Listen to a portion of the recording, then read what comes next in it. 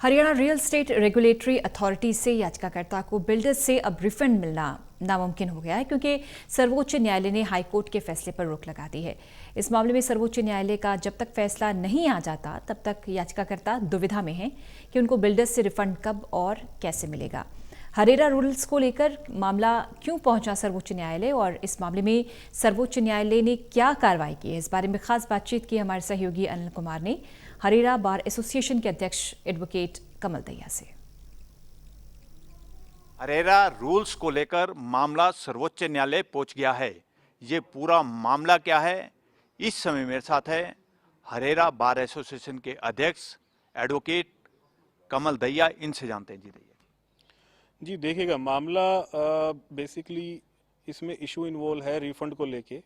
Refund के अलावा कोई मुद्दा ऐसा नहीं है कि कंट्रोवर्सी अराइज हो, लेकिन रिफंड की अगर हम बात करते हैं तो एक क्वेश्चन ये अराइज हुआ कि अथॉरिटी के पास रिफंड करने की पावर है या नहीं है। और ये कंट्रोवर्सी इस वजह से आई कि कुछ कानून विशेषज्ञों ने ऐसा बताया, रेरा एक्ट को पढ़ के समझ के ऐसा बताया कि अथॉरिटी के पास प्रोविजंस में जो पावर्स है वो अथॉरिटी के पास रिफंड की पावर नहीं बनती है, बल्कि ये पावर एडजुडिकेटिंग ऑफिसर जो कि अथॉरिटी के तहत ही काम करने वाले एक डिस्ट्रिक्ट एंड सेशन जज रैंक के ऑफिसर अपॉइंट करने होते हैं अथॉरिटी ने, उनके पास पावर है। तो ये मुद्दा जो आया सिंपली इस वजह से आया कि अथॉरिटी आज ये कह रही हैं कि वो ये पावर उनके पास है, लेकिन कुछ कानून के जानकारों का और कानून के स्पेशलिस्ट का राय ये है कि ये पावर एडजुडिकेटिंग ऑफिसर के पास है। तो इस वजह से कंट्रोवर्सी अराइज हुई। अथॉरिटी ने पावर को अपने डोमेन में समझ के कुछ जजमेंट्स दी हैं जिसमें रिफंड के ऑर्डर किए हैं। वो रिफंड के ऑर्डर जब हाई कोर्ट में जाके चैलेंज हुए तो उनमें स्टे आया, और स्टे इस वजह से आया कि भाई आपके पास पावर नहीं बनती थी। तो उस वजह से जो रिफंड के ऑर्डर हुए भी इन एक्चुअल वो रियलाइजेशन किसी भी कस्टमर को पैसा किसी भी कस्टमर को वापस नहीं मिल पा रहा था। तो इस दिक्कत को जब बड़ा रूप बनने लगा तो इस दिक्कत को रिजॉल्व करने के लिए रेरा अथॉरिटी ने कुछ अमेंडमेंट स्टेट गवर्नमेंट को प्रपोज किए, जो कि स्टेट गवर्नमेंट ने नोटिफाई कर दिए। उन स्टेट गवर्नमेंट ने जो रूल्स नोटिफाई किए हैं 2019 में किए, और उन रूल्स के तहत एक्सप्लिसिटली पावर दी गई रेरा अथॉरिटी को कि वो रिफंड के केसेस की सुनवाई कर सकती है।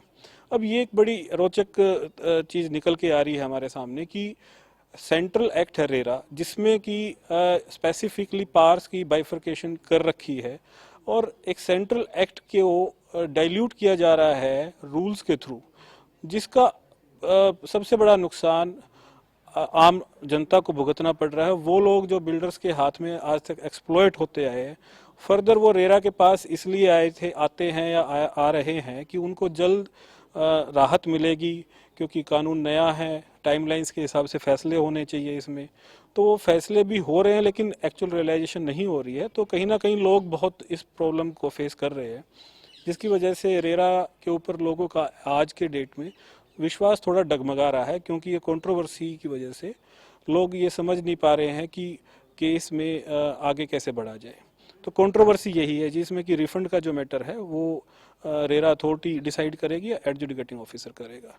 इस कंट्रोवर्सी को रिजॉल्व करने के लिए 2019 में जो रूल्स आए, वो रूल्स को फर्दर प्रमोटर्स ने, बिल्डर्स ने चैलेंज किया हाई कोर्ट में, और हाई कोर्ट ने रूल्स के इवेलुएट करके अपनी जजमेंट दी 16 अक्टूबर 2020 में, जिसमें कि रूल्स को अपहेल्ड कर दिया गया honourable Punjab and Haryana high court के द्वारा।